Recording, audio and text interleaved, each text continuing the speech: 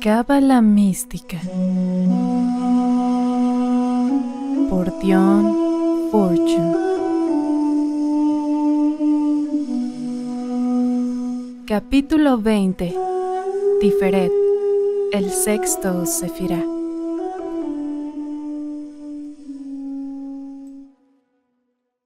Título: Tiferet, la belleza. Hebreo: Tau, Pe, Aleph, Resh, Tau. Imagen mágica: un rey majestuoso, un niño, un dios sacrificado.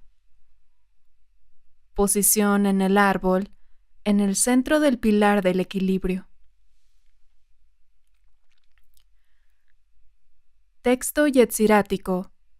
El sexto sendero es llamado la inteligencia mediadora, porque en ella están multiplicadas las influencias de las emanaciones y hace que esas influencias se expandan en los canales de todas las bendiciones, a los cuales ellas están unidas por esencia.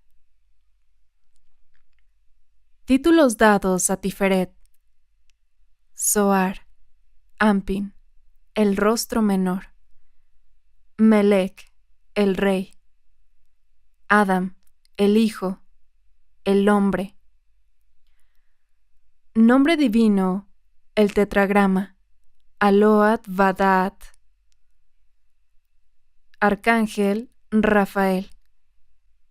Orden angélico: Malachim. Reyes: chakra mundano: Shemesh, el sol. Experiencia espiritual: visión de la armonía de las cosas, misterios de la crucifixión. Virtud: consagración a la gran obra. Vicio: orgullo. Correspondencia en el microcosmos: el pecho. Símbolos: el lamen, la rosa cruz, la cruz del Calvario, la pirámide truncada, el cubo. Cartas del tarot: los 6. 6 de bastos: victoria. 6 de copas: alegría. 6 de espadas: éxito merecido. 6 de oros: éxito material. Color en Atzilut: rosa claro. Bría: amarillo. Yetzirá: rosa salmón. Asía: oro ambarino. 1. Hay 3 claves importantes que corresponden a la naturaleza de Tiferet. Primero es el centro del equilibrio del árbol por su posición en el medio del pilar central. En segundo lugar, es Keter sobre un arco inferior y Yesod sobre un arco superior. Tercero, es el punto de transmutación entre los planos de la fuerza y los de la forma. Los títulos que se le dan en la nomenclatura cabalística confirman esto. Desde el punto de vista de Keter es un niño, desde el punto de vista de Malkut, un rey, y desde el de la transmutación de las fuerzas, es un dios que se sacrifica. Visto en término de macrocosmos, es decir, visto desde Keter, Tiferet es el punto de equilibrio entre Gesed y Geburah en términos de macrocosmos, o sea, de la psicología trascendental. Es el punto donde se encuentran los tipos de conciencia característicos de Keter y de Yesod. Hod y Netzach encuentran igualmente su síntesis en Tiferet. Los 6 sefirot cuyo centro lo constituye Tiferet a veces son llamados Adam Kadmon, el hombre arquetípico. En efecto, Tiferet no puede ser comprendido sino como punto central de los otros 6, donde gobierna como un rey en su reinado. Para todo fin práctico, estas 6 esferas son las que constituyen el reino arquetípico que se extiende tras el reino de las formas concretadas en Malkut, el cual domina y determina totalmente la pasividad de la materia. Considerando la relación de un sefirá con sus vecinos, a fin de poderlo interpretar con la ayuda de su posición en el árbol, no es posible proceder a una exposición sistemática y ordenada del sistema cabalístico, porque debemos comenzar necesariamente por explicaciones preliminares si queremos ser claros. Por tanto, nos es necesario expresar brevemente la naturaleza de los tres sefirot inferiores agrupados por debajo de Tiferet, a saber, Netzach, Hod y Yesod. Netzach está en relación con las fuerzas de la naturaleza y con el contacto de los elementos. Hod con la magia ceremonial y el saber oculto. Yesod con el psiquismo y el doble etérico. Tiferet, por su parte, asistido por Gedulá y Geburá, representa la clarividencia o el psiquismo más elevado del individuo. Cada sefirá, por supuesto, tiene sus aspectos objetivos y subjetivos, su factor en psicología y su plan en el universo. Los 4 sefirot que se hallan debajo de Tiferet, Netzach, Hod, Yesod, Malkut, representan la personalidad o el yo inferior. Los 4 sefirot que están colocados sobre este sexto sefirá, Geburá, Gesed, Jokmá, Biná, representan la individualidad o yo superior, siendo Keter la chispa divina, el punto central mismo de la manifestación. De consiguiente, Tiferet no debe ser examinado jamás como factor aislado, sino como lazo de unión, como centro de transmisión o transmutación. El pilar central concierne siempre a la conciencia. Los 2 pilares laterales, a los diversos modos de operación de la fuerza sobre todos los diferentes niveles.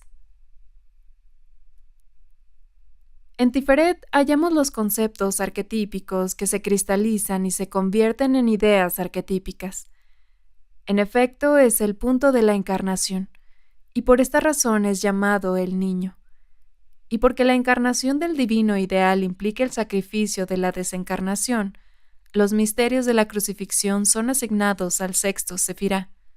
Y todos los dioses sacrificados encuentran en él su justo lugar cuando el árbol es comparado a los panteones. Dios Padre es asignado a Keter, Dios Hijo a Tiferet, por la razón que acabamos de indicar. La religión exotérica ascendiendo por el árbol jamás sobrepasa la esfera de Tiferet. No tiene ninguna percepción adecuada de los misterios de la creación, tales como son evocados por el simbolismo de Keter, Jokmá y Biná, ni modos de acción del arcángel luminoso y del sombrío representados por Gedulá y Geburá. Menos aún percibe los misterios de la conciencia y de la transmutación de fuerza representados por Da'at, el sefirá invisible para el cual no existe un símbolo. Dios se manifiesta en Tiferet por la forma y habita entre nosotros, es decir, Él es percibido por la conciencia del hombre. Tiferet, el Hijo, nos evoca al Padre, Keter. Para que la forma pueda estabilizarse, las fuerzas opuestas cuyo resultado es la forma deben llegar a su punto de equilibrio. De esta manera encontramos que la idea de un mediador o de un redentor es inherente a este sefirá. Cuando la divinidad se manifiesta en la forma, ésta debe estar perfectamente equilibrada. También se podría invertir correctamente la proposición y decir, cuando las fuerzas de donde resulta la forma están en perfecto equilibrio, la divinidad se manifiesta en la forma según su tipo. Dios se manifiesta entre nosotros cuando las condiciones se lo permiten. Cuando se manifiesta en los planos de la forma bajo el aspecto infantil de Tiferet, el Dios encarnado deviene hombre, y es entonces un Dios redentor. En otros términos, habiendo obtenido la encarnación por medio de una materia virgen, María, Mara, la madre superior por oposición a Malkut, que es la madre inferior. La manifestación divina que se desarrolla hace un perpetuo esfuerzo para conducir a un equilibrio estable el reino de los 6 sefirot que forman el centro del árbol. Cuando el mito de la caída se presenta en el árbol de la vida, es interesante hacer notar que las cabezas de la serpiente del abismo que se eleva fuera del caos conciernen solo a Tiferet, al cual ellas no pueden sobrepasar. El Redentor, pues, se halla manifestado en Tiferet, y hace un esfuerzo incesante a fin de salvar su reino, reuniéndolo a los sefirot superiores que están sobre la cima causada por la caída. Cima que separa a los inferiores de los otros, y estableciendo el equilibrio entre diferentes fuerzas del reino dividido en 6 esferas.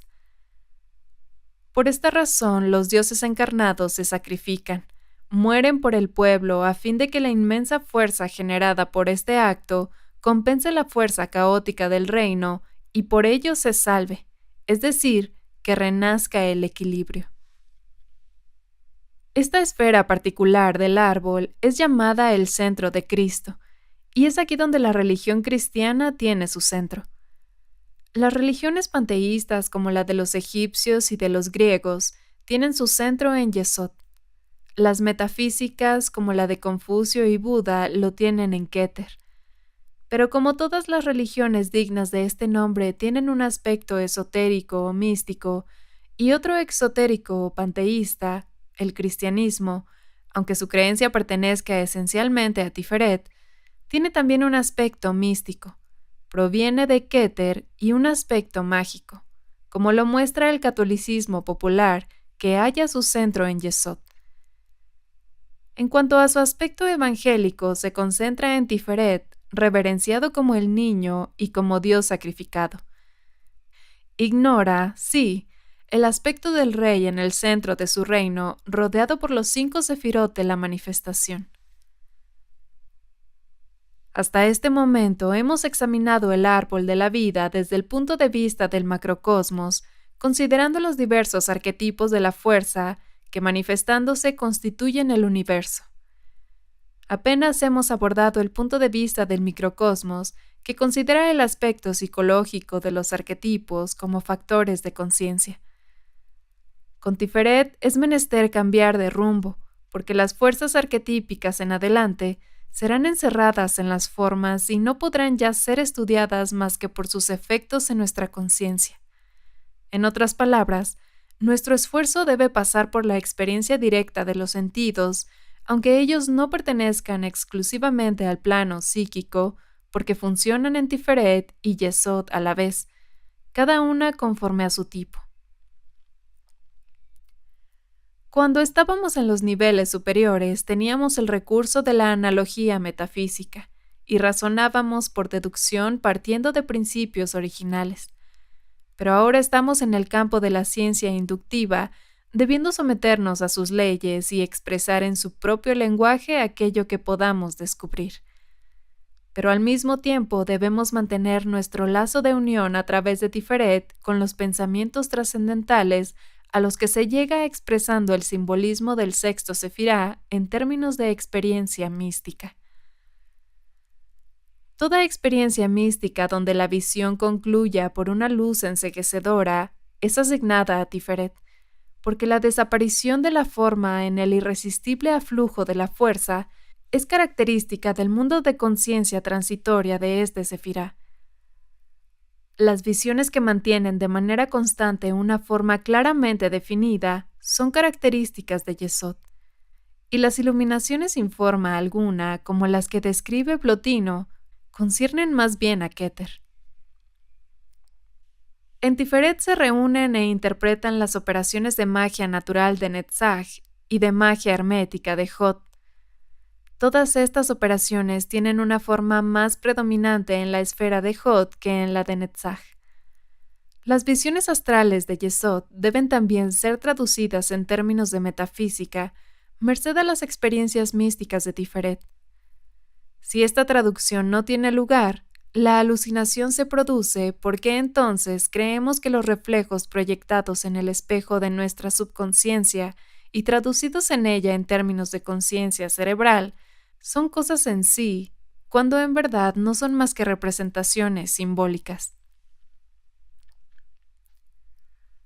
Keter es metafísico, Yesod psíquico, Y Tiferet es esencialmente místico, comprendiéndose por misticismo un estado mental en el que la conciencia cesa de expresarse en representaciones simbólicas subconscientes para aprehender su objeto por medio de emociones intuitivas.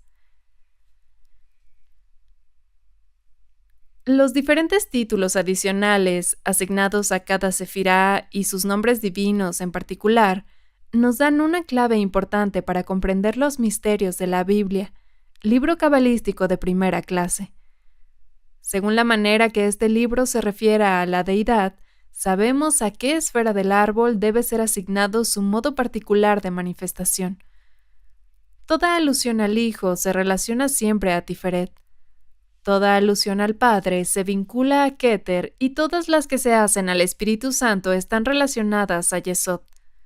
Aquí se hallan ocultos profundos misterios, porque el Espíritu Santo es el aspecto de la divinidad adorado por las logias ocultas. El culto panteísta de las fuerzas naturales y de las operaciones sobre los elementos se coloca bajo la invocación de Dios Padre, y el aspecto ético regenerador de la religión, su aspecto exotérico en nuestra época, se efectúa en la invocación del Dios Hijo, en Tiferet.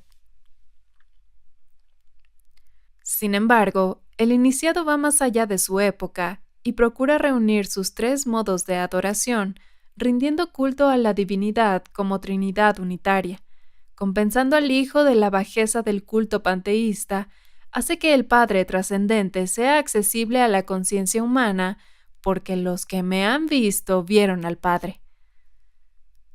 Tiferet, no obstante, no es solo el centro del Dios sacrificado, sino el centro del Dios embriagado, aquel que concede la iluminación. Dionisio participa de este centro, como asimismo Osiris, porque como ya lo hemos visto, el pilar central es el pilar de los estados de conciencia, y la conciencia humana, elevándose de Yesod por el sendero de la flecha, recibe la iluminación en Tiferet, siendo la razón por la cual todos aquellos que en los diversos panteones dispensan la iluminación son asignados a Tiferet. La iluminación es la aspiración en el espíritu de un estado de conciencia más elevado que el que resulta de la experiencia sensible, y es por ella que, por así decir, el espíritu cambia de aire. A menos que este nuevo modo de conciencia no esté vinculado con el pasado y se exprese en términos de pensamiento concreto, es un simple relámpago tan brillante que enceguece. No vemos por medio del rayo de luz que desciende a nosotros, sino por el reflejo que proyecta sobre los objetos de tres dimensiones que no son conocidos. A menos que en nuestro espíritu no haya más que las ideas que puede iluminar ese modo más elevado de conciencia, estaremos simplemente aturdidos, y la oscuridad de nosotros es más profunda de lo que era antes de su pasaje. En efecto, no cambiamos precisamente de aire, sino proyectamos nuestro espíritu más allá de todo aire conocido. Es en esto que consiste el fenómeno que se llama iluminación. Por breve que sea, basta un relámpago para convencernos de la realidad de una existencia hiperfísica, pero no para enseñarnos algo con respecto a ella. La importancia del estadio de Tiferet en la experiencia mística consiste en el hecho de que la encarnación del niño se produce ahí.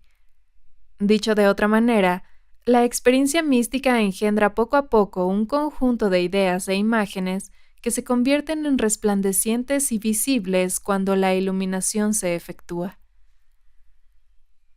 Este aspecto infantil de Tiferet es asimismo de una gran importancia para nosotros en el trabajo práctico de los misterios relativos a la iluminación, porque debemos aceptar el hecho de que el niño Cristo no surge en nosotros como Minerva, armada de pies a cabeza, fuera del frente del Padre de los dioses. Él comienza por ser algo muy débil, extendido humildemente entre los animales, sin ni siquiera ser admitido en la sala donde respira el común de los hombres. Los primeros rayos de la experiencia mística deben ser forzosamente limitados, porque no hemos tenido tiempo para formar un cuerpo de ideas y de imágenes en los cuales esos rayos podrían resplandecer. Es necesario mucho tiempo para formar un cuerpo semejante, produciendo su efecto cada experiencia trascendental, efecto que organiza la meditación subsiguiente. Frecuentemente los místicos cometen el error de creer que la estrella los conduce al lugar del sermón de la montaña y no al establo de Belén donde tuvo lugar el nacimiento. Es entonces cuando el árbol de la vida es tan útil. Permite a lo trascendental expresarse por un simbolismo, y enseguida a éste ser traducido en términos de metafísica. De esta manera, une lo espiritual a lo psíquico, pasando por la inteligencia, y con un fuego central ilumina estos tres aspectos de nuestra conciencia trina. Es en Tiferet donde se produce esta operación, porque en este sefirá son recibidas las experiencias místicas de la conciencia directa que iluminan los símbolos psíquicos.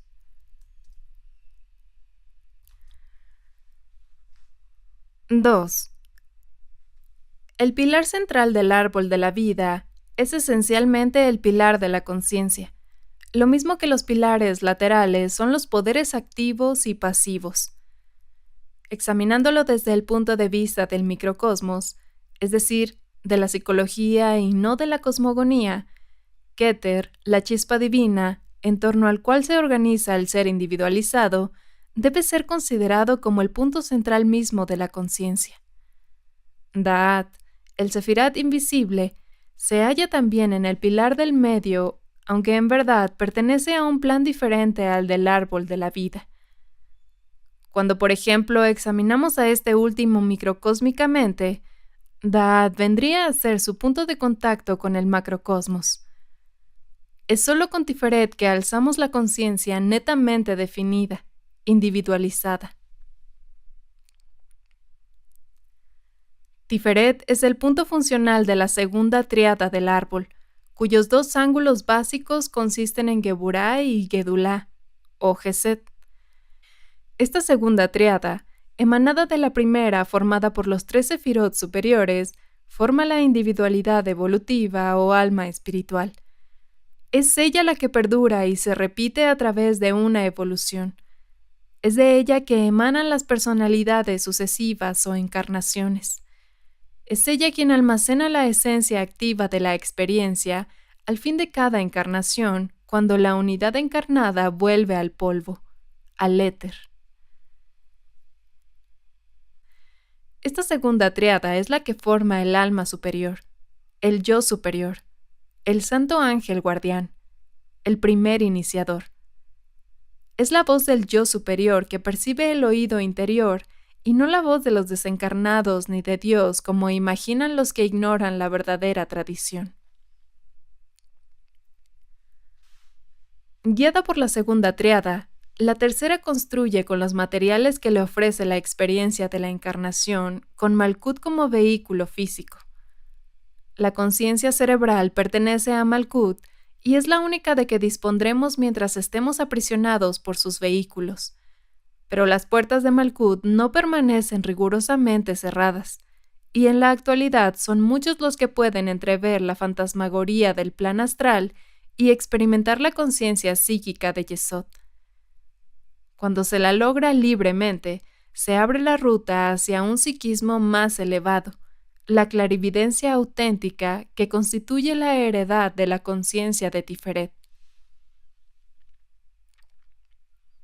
De consiguiente, nuestra primera experiencia de psiquismo superior en general se realiza para comenzar en términos de psiquismo inferior, porque recién entonces nos hemos librado apenas de Malkut y comenzamos a mirar el sol de Tiferet desde la esfera lunar de Yesod. Escuchamos voces en el oído interior y vemos visiones con la vista interior, pero todas ellas difieren de la conciencia psíquica ordinaria en el hecho de que no son las representaciones directas de formas astrales, sino los signos simbólicos de hechos espirituales expresados en términos de conciencia astral. Esto es una función normal del subconsciente y es de capital importancia comprenderlo debidamente, porque los equívocos a este respecto producen graves problemas y pueden hasta desorganizar el equilibrio mental. Los que están familiarizados con la terminología cabalística saben que la primera gran iniciación nos da el poder de conversar con nuestro santo ángel guardián y participar de su saber, y es bueno recordar que este santo ángel guardián no es otro que nuestro yo superior. La característica de este modo de mentalidad elevada es que no se producen voces ni visiones, porque es conciencia pura y una percepción más intensa. De esta actividad del espíritu resulta un poder particular de penetración que es de la naturaleza de la intuición más elevada. La conciencia superior jamás es psíquica, sino permanentemente intuitiva, y no contiene imagen sensible alguna. Es esta ausencia de imágenes lo que advierte al verdadero iniciado que ha alcanzado el nivel del ego.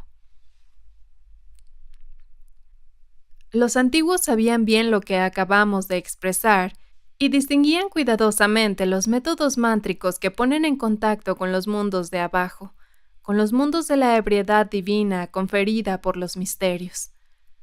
Las bacantes que danzan en memoria de Dionisio eran de un orden de iniciación completamente diferente a las pitonisas, las cuales eran medium, esto es, las psíquicas. Las bacantes iniciadas en los misterios dionisiacos poseían una exaltación de conciencia, una superabundancia de vitalidad que les permitía realizar sorprendentes proezas de fuerza. Todas las religiones dinámicas poseen este aspecto dionisiaco. Aún en la cristiana, muchos santos han tenido la experiencia del divino crucificado que adoraban, yendo hacia ellos como el divino esposo. Cuando hablan de esta ebriedad divina de las metáforas del amor humano, vienen instintivamente a sus labios: «¡Qué adorable eres, oh esposo mío!», aturdido por los besos de sus labios divinos. Estas palabras dicen mucho para quien sabe comprenderlas. El aspecto dionisiaco de la religión representa un factor esencial de la psicología humana. Por una parte es la incomprensión de este factor lo que nos cierra el portal de las experiencias espirituales sublimes en nuestra civilización actual y permite, por otra parte, esas extrañas aberraciones del sentimiento religioso que de tiempo en tiempo producen un escándalo más o menos lamentable, en vez de movimientos inspirados de religiones más dinámicas. Hay una cierta concentración emocional exaltada que hace posible las fases elevadas de la conciencia, y sin esa concentración no es posible alcanzarlas. Las imágenes del plano astral se transforman en intensidad de emoción parecida a una llama, y cuando la naturaleza grosera ha sido totalmente consumida, a menudo nos hallamos calentados por el color de la conciencia pura. A causa de la naturaleza misma del espíritu humano, que tiene el cerebro por instrumento, esta llama blanca no puede durar, pero durante su breve existencia, el temperamento se transforma, el espíritu recibe nuevos conceptos y una especie de amplitud que no se disipa jamás del todo. Esta extraordinaria exaltación de conciencia se retira, pero la expansión de la personalidad llega a ser permanentemente, como asimismo una capacidad más elevada de vida y un poder de realización de las verdades espirituales que jamás podría haber sido nuestro si no hubiésemos franqueado violentamente el abismo que nos separa de él en el gran vuelo del éxtasis. Los que en la actualidad nos dirigen espiritualmente no tienen idea de los métodos por los cuales se logra de modo deliberado el estado de éxtasis y tampoco se saben servir de este cuando se produce espontáneamente. Los oradores de ciertas sectas, por su magnetismo instintivo, logran producir algo parecido al éxtasis en un auditorio no preparado, y los menos recomendables de entre ellos son juzgados según su poder de embriagar de esa manera a su público. Pero las consecuencias de esta embriaguez es la de total ebriedad. Cuando se ha esfumado y el orador lleva consigo a otras partes sus discursos, la vida parece sombría, sin contenido ni alegrías. Y al esfumarse así su ebriedad, el convertido piensa haber perdido a Dios.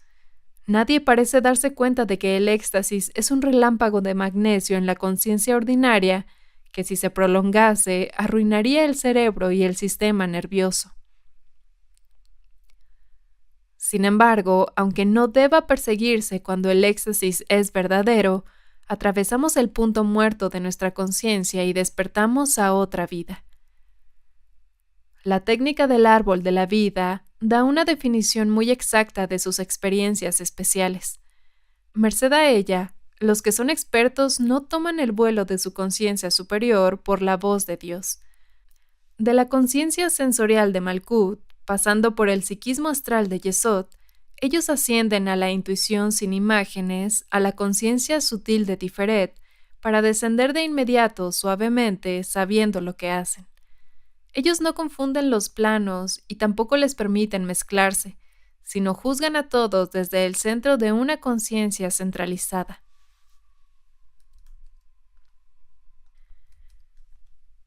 3. Los cabalistas llaman a Tiferet, Shemesh o la esfera del sol.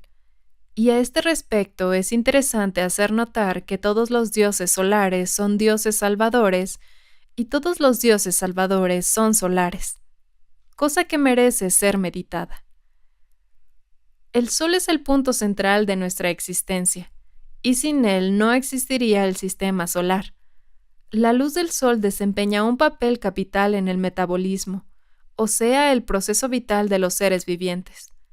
Toda la nutrición de las plantas verdes depende de él.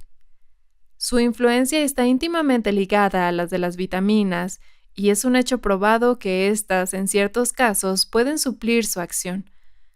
Por ello vemos que la luz solar es un factor esencial de nuestro bienestar, y yendo más lejos, podríamos afirmar que es necesaria para nuestra misma existencia. Nuestra relación con el sol es mucho más íntima de lo que podamos imaginar. En el reino mineral, el símbolo del sol es el oro precioso y puro. Todas las naciones lo han reconocido, nombrándolo el metal del sol, viendo en él el más precioso de los metales y convirtiéndolo en la base única de los cambios monetarios. El papel desempeñado por el oro en la política de los pueblos sobrepasa en mucho su utilidad intrínseca como metal. Es la sola substancia terrestre que en grado máximo es incorruptible porque podrá estar completamente cubierta en su superficie por impurezas, pero metal en sí. Diferentemente de la plata y el hierro, no sufre ninguna alteración química ni descomposición alguna. Podríamos agregar que tampoco el agua lo corroe.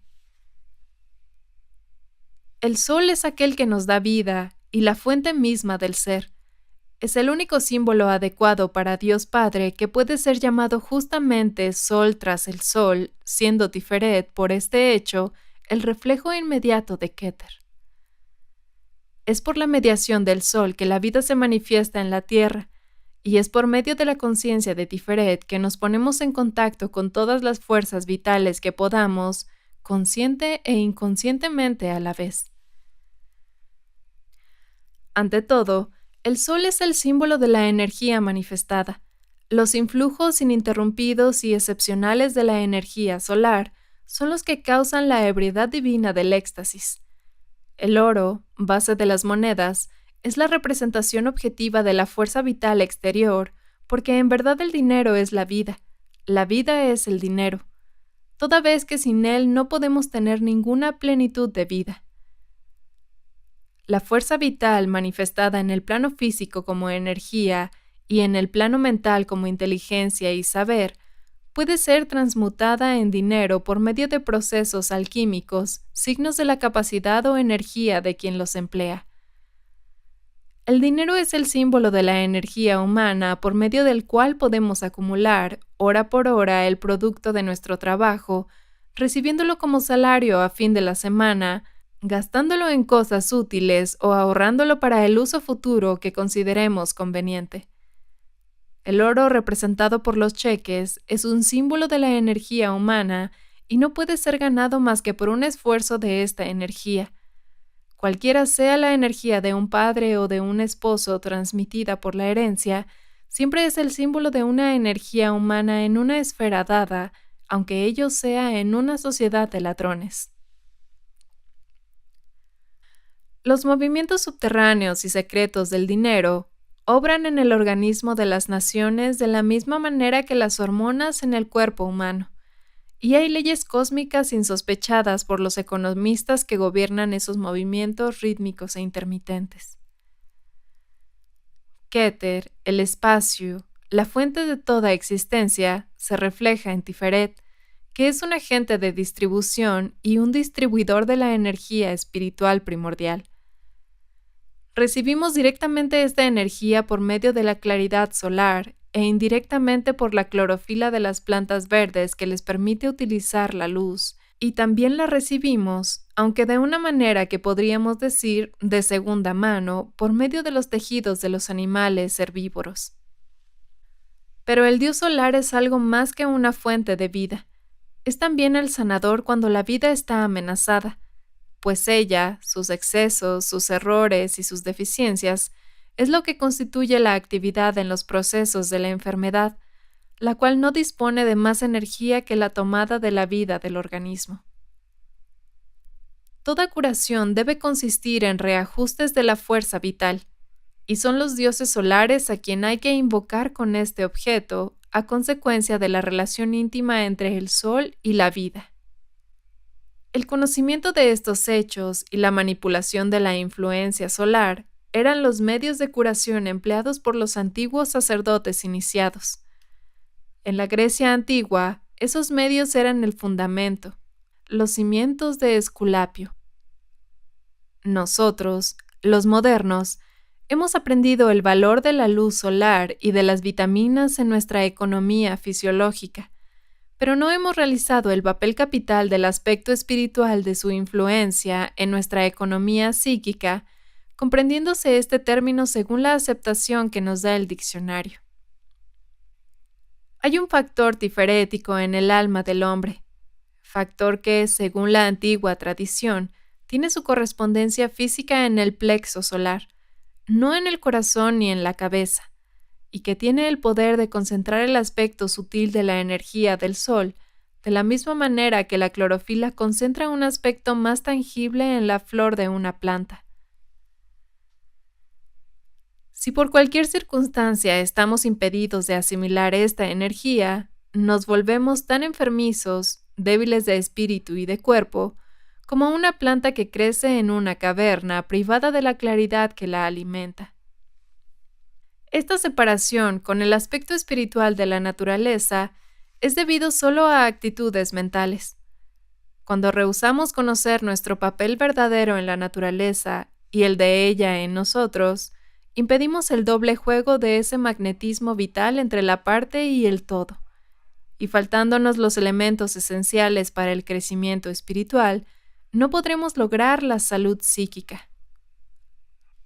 Los psicoanalistas dan una gran importancia a la represión como causa de los desórdenes psíquicos. Han aprendido a reconocer esto porque en los casos extremos de represión sexual, sus pésimos efectos son evidentes. Sin embargo, no han aprendido que esa represión sexual de que hablamos, a menos que no nazca por determinadas circunstancias, en cuyo caso no da lugar a la disociación, no es más que el resultado de una causa más profunda que el sexo mismo, causa que tiene sus raíces en una falsa espiritualidad, un idealismo malsano que pretende privarse de la simpatía, de la franqueza, de la gratitud que debe experimentar una criatura viviente hacia aquel que le da la vida, el más elevado bienhechor de la naturaleza. Todo esto proviene de un orgullo espiritual que considera indigno los aspectos naturales primitivos. A causa de ese falso ideal y de sus valores irreales, es por lo que hay tanta neurastenia en nuestros medios sociales, porque Cloacina y Priapo no son honrados como dioses. Es por lo que nosotros somos maldecidos por el dios solar y separados de su benigna influencia, pues el insulto a sus aspectos inferiores es lo mismo que un insulto dirigido a él. Cuando un ser no es apto para la reproducción, el llamado del sexo le es repulsivo. Es la base natural del pudor que protege el organismo contra el derroche y el agotamiento. La acumulación de desperdicios causa una perturbación fisiológica, creando dolores insoportables para toda criatura viviente, por poco desarrollada que sea, y evita su acercamiento.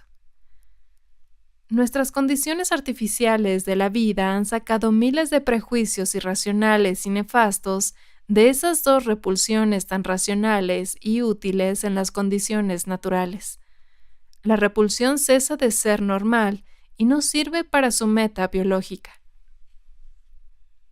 Nuestra conducta con respecto a dos funciones importantes de la vida natural implica que ellas son anormales, despreciables y funestas. De consiguiente, si suprimimos el contacto terrestre, el circuito se destruye, y asimismo nos faltarán dos contactos celestes. El circuito cósmico desciende de Keter a través de Tiferet y Yesod hacia Malkut. Si el circuito está roto en alguna parte, no funciona más. Es verdad que mientras se viva es imposible destruirlo del todo, pues los procesos de la vida se hallan tan profundamente arraigados en la naturaleza que no se les puede suprimir totalmente. Pero una actitud mental puede desviar la corriente, aislarla y pervertirla hasta el punto de que solo un influjo mínimo circula a través de los obstáculos en un organismo debilitado. En Tiferet, el centro solar, lo espiritual se manifiesta por lo natural, y debemos reverenciar el Dios solar para comprender que Él representa la expresión natural de las realidades espirituales. Es enorme la influencia que sobre la historia de los dolores humanos tiene la espiritualización de las funciones naturales. 4.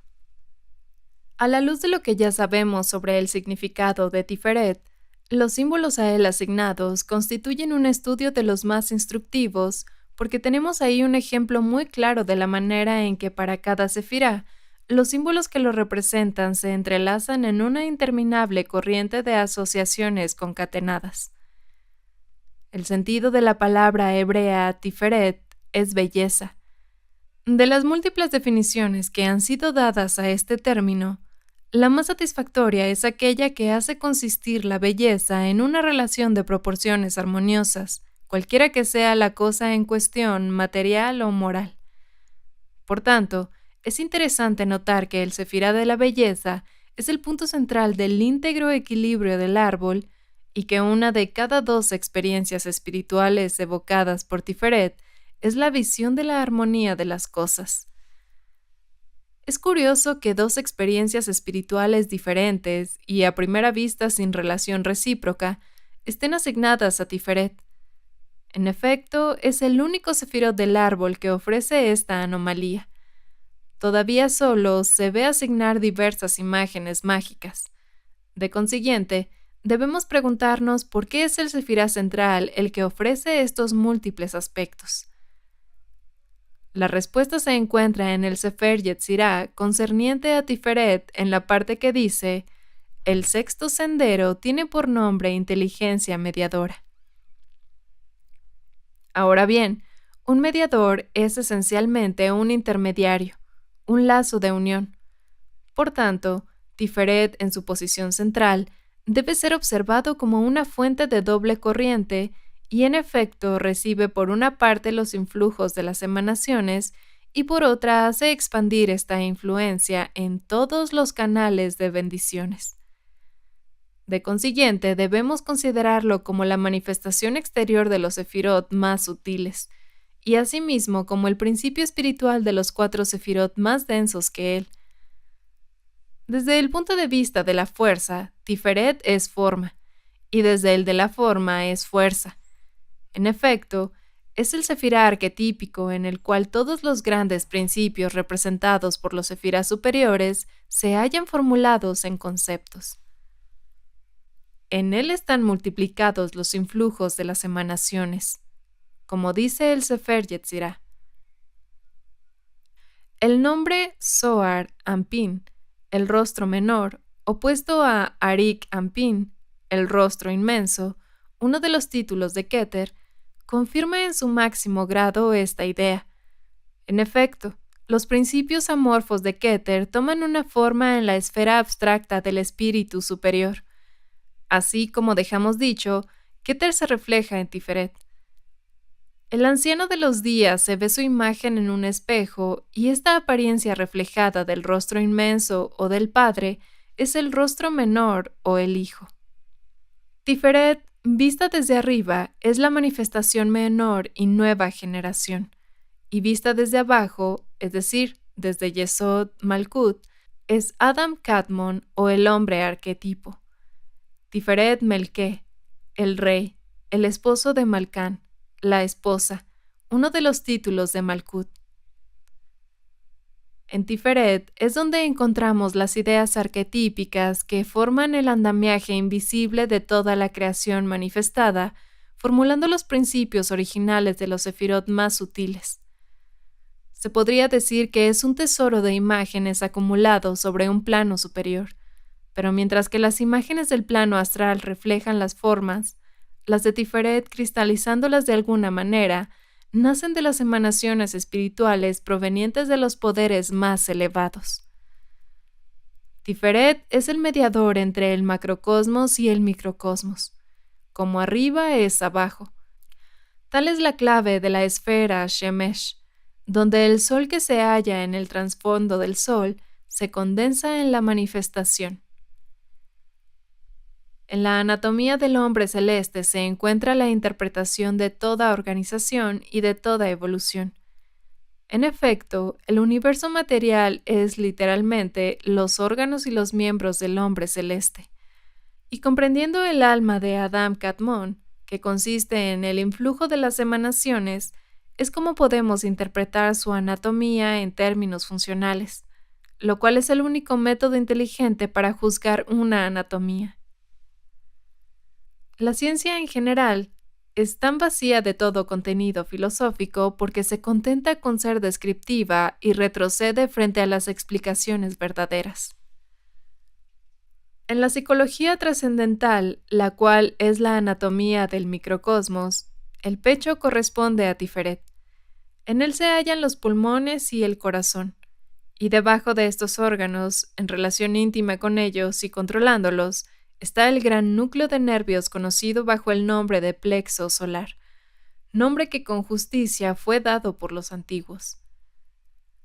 Los pulmones mantienen una relación singularmente estrecha entre el macrocosmos y el microcosmos, determinando la salida y la entrada de la incesante marea atmosférica que no se detiene de día ni de noche hasta que el vaso de oro se rompa, que el hilo de plata se corte y que cese nuestra respiración. El corazón determina la circulación de la sangre, la cual, según la penetrante definición de Paracelso, es un fluido muy particular. La medicina sabe muy bien lo que la luz solar es para la sangre. Asimismo, ha reconocido que la clorofila, sustancia verde de las hojas de las plantas que les permite utilizar la luz solar como fuente de su energía, tiene una influencia muy fuerte sobre la presión de la sangre. Las tres imágenes mágicas de Tiferet son curiosas, y a primera vista parecen carecer de una relación recíproca y ser contradictorias. Pero a la luz de lo que hemos podido aprender de Tiferet, su sentido y su relación aparecen claramente a través del lenguaje simbólico, sobre todo cuando se las estudia comparándolas a la vida de Jesucristo o el Hijo. Tiferet, primera condensación de los sefirot superiores, es justamente representado como el niño recién nacido en el establo de Belén. Como Dios sacrificado, se convierte en el mediador entre Dios y el hombre, y cuando resucita de entre los muertos, es el rey en su reino. Tiferet es el hijo de Keter y el rey de Malkut, y en su propia esfera, él, el sacrificado.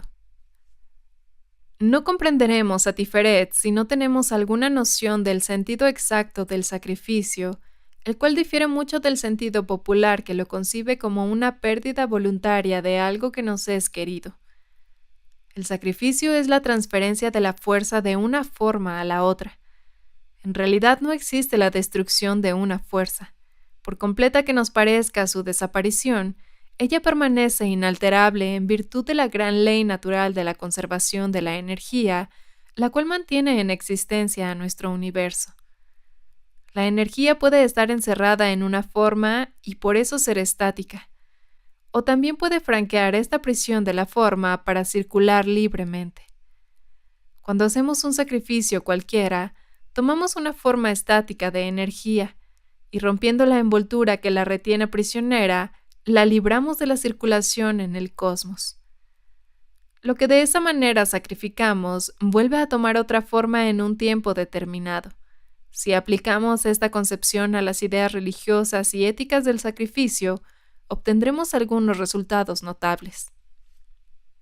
El nombre divino de esta esfera es Aloha Ba Da'at, nombre que está íntimamente asociado con el Sefirá invisible que se halla entre Tiferet y Keter.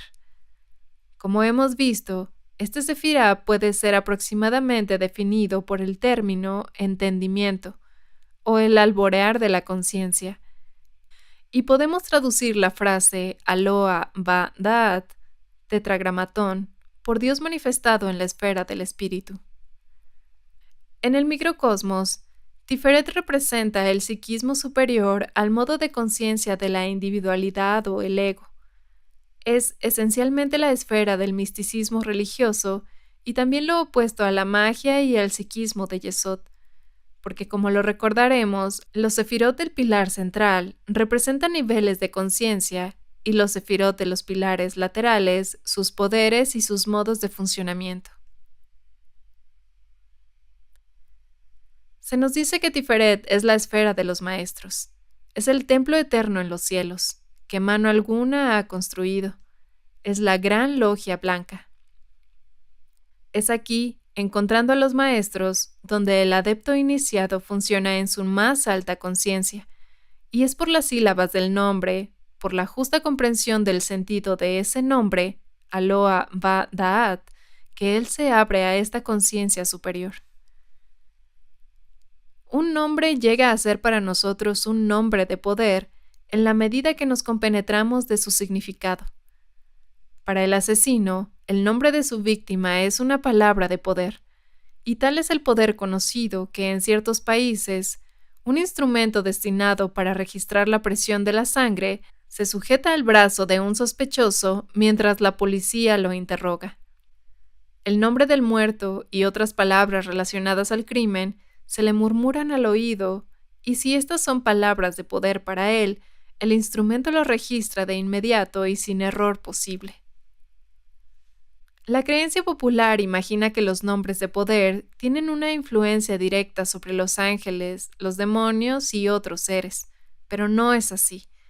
En realidad, el nombre de poder obra en el mago y le permite, exaltando y dirigiendo su conciencia, entrar en contacto con una influencia espiritual determinada. Si tiene una experiencia cualquiera de ese tipo particular de influencia, el nombre de poder despertará notables recuerdos inconscientes. Y si no tiene experiencia y aborda la prueba con falta de imaginación y con la incredulidad de un escolar, los nombres bárbaros de evocación serán para él sílabas sin fuerza, un verdadero hocus pocus.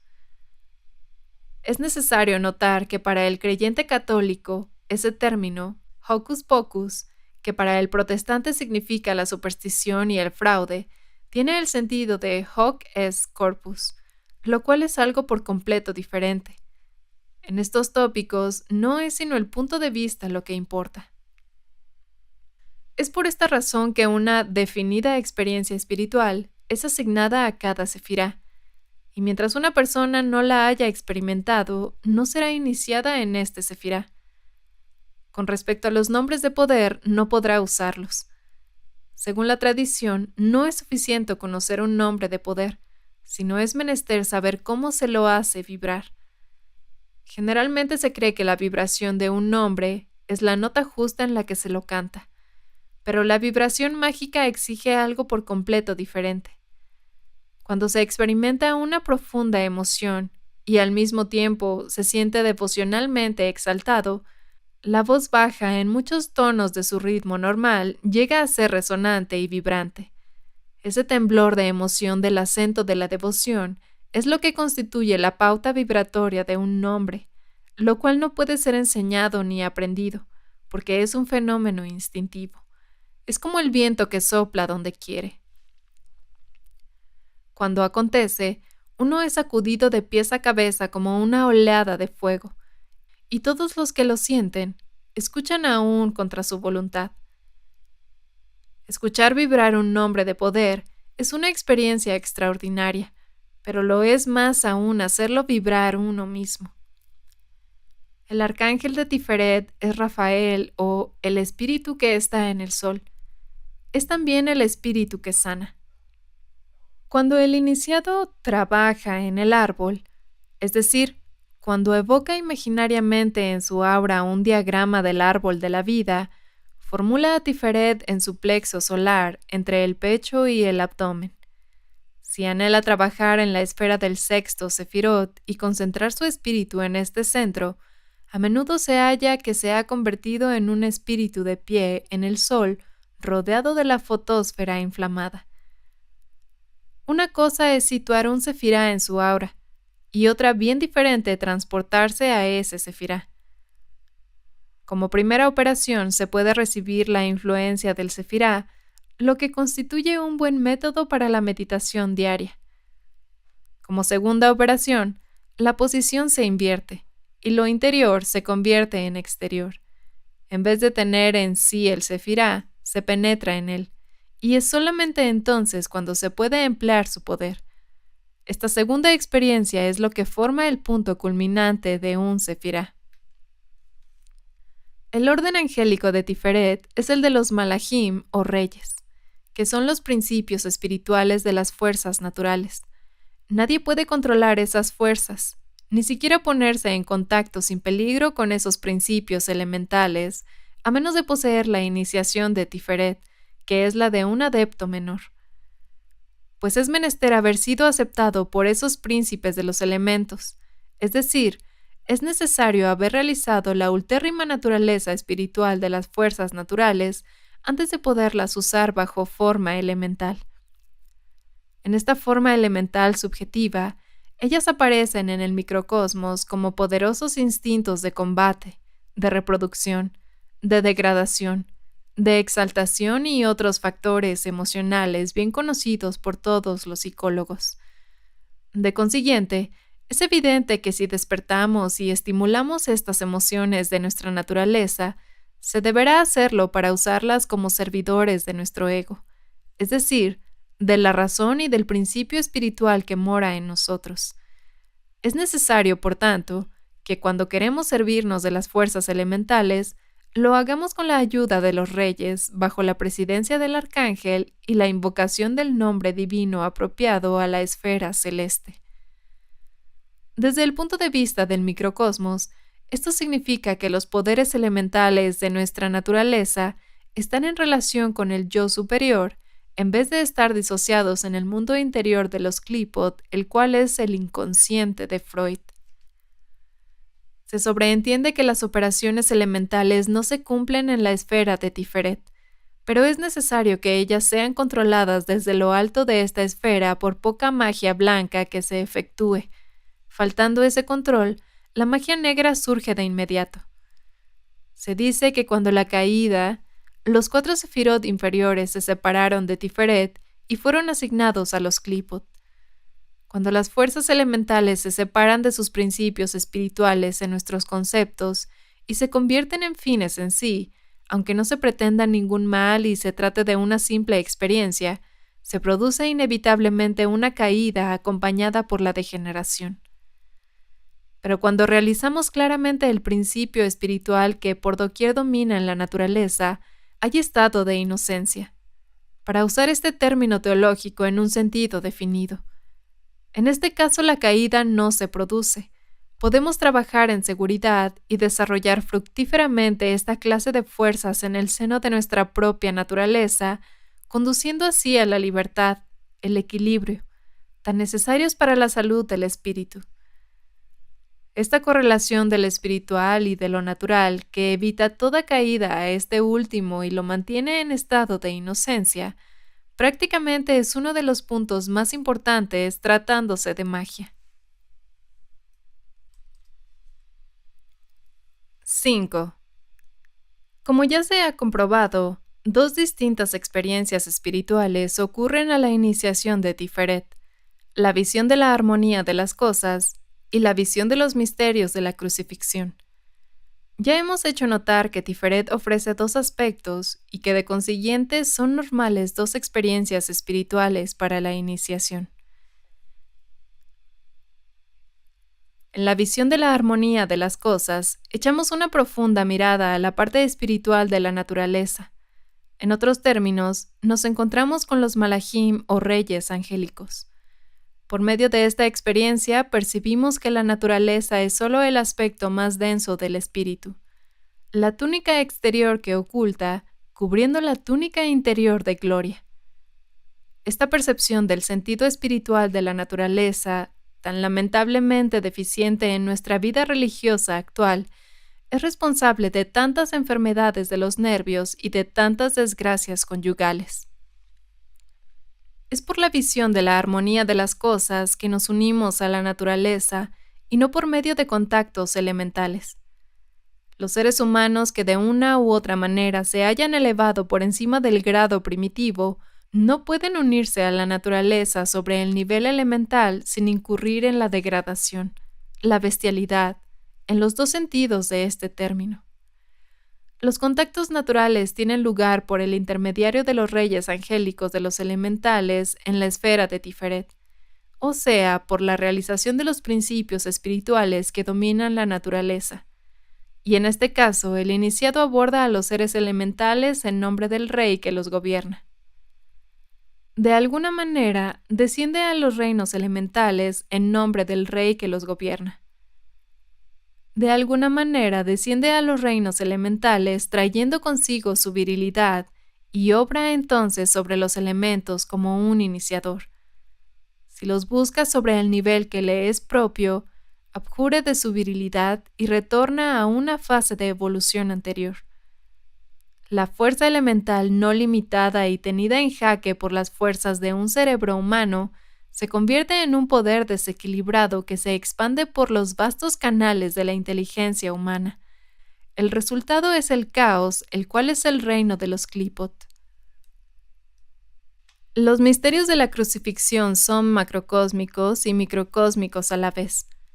Bajo su aspecto macrocósmico, lo hallamos en las mentes de los grandes redentores de la humanidad, los cuales nacen siempre de un Dios y de una Virgen Madre, confirmando así una vez más la naturaleza dual de Tiferet, donde se enfrenta la forma y la fuerza. Pero guardémonos de olvidar su aspecto microcósmico, experiencia de conciencia mística. Es por la comprensión de los misterios de la crucifixión, vinculados al poder místico del sacrificio, que sobrepasamos los límites de nuestra conciencia cerebral consagrada a la sensación y habituada a la forma, y que entramos en la conciencia más vasta del psiquismo superior. Es así como nos hacemos capaces de sobrepasar la forma. De liberar la fuerza latente, la convertimos en cinética en vez de estática, y por ello útil para la gran obra, la cual es la regeneración. La virtud característica de la esfera de Tiferet es la devoción a esa gran obra. La devoción es uno de los factores más importantes en el sendero de la iniciación que conduce a la conciencia superior. Por tanto, debemos examinarla con cuidado y analizar su contenido. La devoción puede ser definida como el amor para lo que es más elevado que nosotros, algo que evoca nuestro idealismo, algo que, aun sabiendo que es inigualable, nos hace aspirar a convertirnos en semejantes. Los que ven la gloria del Señor como en un espejo son transformados en esta imagen misma de gloria en gloria. Cuando una emoción más poderosa se mezcla a la devoción que se convierte en adoración, somos transportados más allá del abismo que separa lo tangible de lo intangible, y nos hemos vuelto capaces de comprender cosas que los ojos no vieron y los oídos no escucharon. Esta devoción sublimada en adoración en la gran obra es lo que nos inicia en los misterios de la crucifixión. El vicio asignado a Tiferet es el orgullo, y esta atribución revela una psicología exacta. El orgullo nace del egoísmo, y mientras seamos un centro para nosotros mismos, no podremos unirnos a todas las cosas. En la total ausencia de egoísmo del sendero, el alma sobrepasa sus límites y penetra en todas las cosas por la simpatía, convertidas en perfectas por el amor. En el egoísmo, el alma intenta extender sus propios límites hasta poseer todas las cosas. Pero hay una gran diferencia entre poseer una cosa y convertirse en una con ella. En el segundo caso, ella misma nos posee con una perfecta reciprocidad. Es una combinación unitaria lo que se convierte en vicio del adepto. Debe dar tanto cuanto recibe, y él mismo debe darse sin reservas si quiere participar en la unión mística que es el fruto del sacrificio de la crucifixión. Que aquel que quiera ser el más grande entre vosotros sea el servidor de todos, dice nuestro Señor. Los símbolos asociados con Tiferet son el lamen, la Rosacruz, la cruz del Calvario, la pirámide truncada y el cubo. El lamen es el símbolo que figura sobre el pecho del adepto y que representa su fuerza. Por ejemplo, un adepto realizando un trabajo en la esfera de Shemesh deberá llevar sobre su pecho la imagen del sol en su esplendor. El lamen es el arma mágica de Tiferet, y aquí es necesario hablar de la naturaleza de las armas mágicas en general para que la función del lamen pueda ser comprendida. Un arma mágica es un objeto cualquiera que sea apropiado para convertirse en el vehículo de una fuerza de un tipo particular. Por ejemplo, el arma mágica del elemento agua es una copa o bien un cáliz. El arma mágica del elemento fuego es una lámpara encendida. Estos objetos son elegidos porque su naturaleza está emparentada con la naturaleza de la fuerza que se quiere invocar, o bien, en lenguaje moderno, porque su forma, por asociación de ideas, sugiere esta fuerza a la imaginación. Tiferet está asociado tradicionalmente con el pecho, tanto a causa del núcleo de nervios que se llama plexo solar, como por su posición en el árbol cuando éste se construye en el aura. De consiguiente, cualquiera sea la operación realizada, la joya que cubre el pecho es el hogar de la fuerza de Tiferet. La fuerza operante, venida de su propia esfera, está representada por el arma mágica que la tradición le asigna. Por ejemplo, un adepto que realice una operación concerniente al elemento agua tendrá una copa como arma mágica. Con ella hará sus gestos y sobre ella será concentrada toda la fuerza atraída por la invocación. Pero tendrá sobre su pecho el signo elemento agua, y este será reconocido como representando el factor espiritual de la operación y refiriéndose al arcángel de este reino en particular. A menos que el adepto no comprenda el sentido de su lamen, diferente de su arma mágica, no será un adepto sino un hechicero. La Rosacruz y la Rosa del Calvario son consideradas como emblemas de la esfera de Tiferet. Para comprender su sentido es necesario comprender el de la cruz en general y el uso que de ella se hace en los sistemas simbólicos. Aunque la cruz que mejor conocemos sea la del Calvario, reverenciada por el cristianismo, hay muchas otras formas de cruces, ofreciendo cada una de ellas un sentido especial.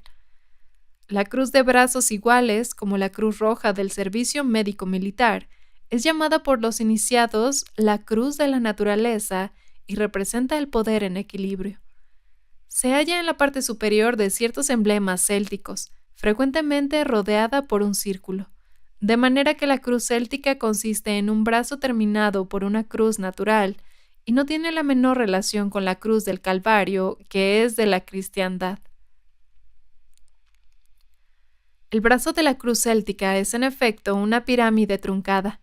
Los especímenes de este tipo de cruz que subsisten no dejan ningún lugar a dudas sobre ello. Algunas de estas formas antiguas sugieren la imposición de la cruz y del círculo sobre la piedra cónica y fálica, que un tiempo fue un objeto universal de admiración primitiva.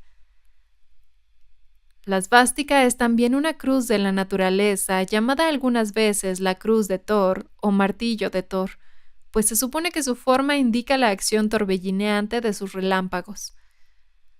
La cruz del Calvario es la cruz del sacrificio. Su verdadero color deberá ser negro. Su pie deberá ser 3 veces más largo que sus brazos, y el largo de cada brazo igual a 3 veces su ancho. La meditación sobre esta cruz conduce a la iniciación por el sufrimiento, el sacrificio, la abnegación de sí mismo. El crucifijo es una reducción de la cruz del Calvario. El círculo colocado sobre la cruz es un símbolo iniciático, sobre todo cuando la cruz está sobre 3 peldaños, como debería ser en este caso. El círculo indica la vida eterna y también la sabiduría. Vemos una de esas formas en el emblema de la sociedad teosófica, donde figura una serpiente que se muerde la cola. Una cruz del Calvario en la que esté superpuesto el círculo significa la iniciación por el sendero de la cruz, siendo los 3 peldaños los 3 grados de la iluminación. Este símbolo es llamado la Rosa Cruz. El emblema fantasista donde figuran flores no es un símbolo iniciático. La rosa asociada con la cruz es el simbolismo occidental, es la rosa mundi, que es una clave para interpretar los poderes de la naturaleza. Sobre sus pétalos están grabados, en efecto, los 33 signos de esas fuerzas. Corresponden a las 22 letras del alfabeto hebreo y a los 10 santos sefirot.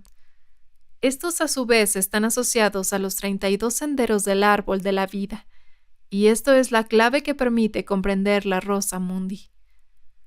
Los curiosos dibujos, que según se dice son los signos de los espíritus de los elementos, se trazan tirando una línea de una a otra de las letras de sus nombres sobre la rosa. A la luz de esta explicación, nos es posible comprender el valor de los emblemas florales que ciertos cuerpos organizados llevan por símbolo. Son parecidos al caballero que reclamaba de su camisero una corbata de la escuela pública donde estuviese en buen lugar un poco de rojo. El cubo, siendo una figura de 6 caras, generalmente está asignado a Tiferet, pues el 6 es el número de Tiferet. Pero hay algo más en el simbolismo del cubo.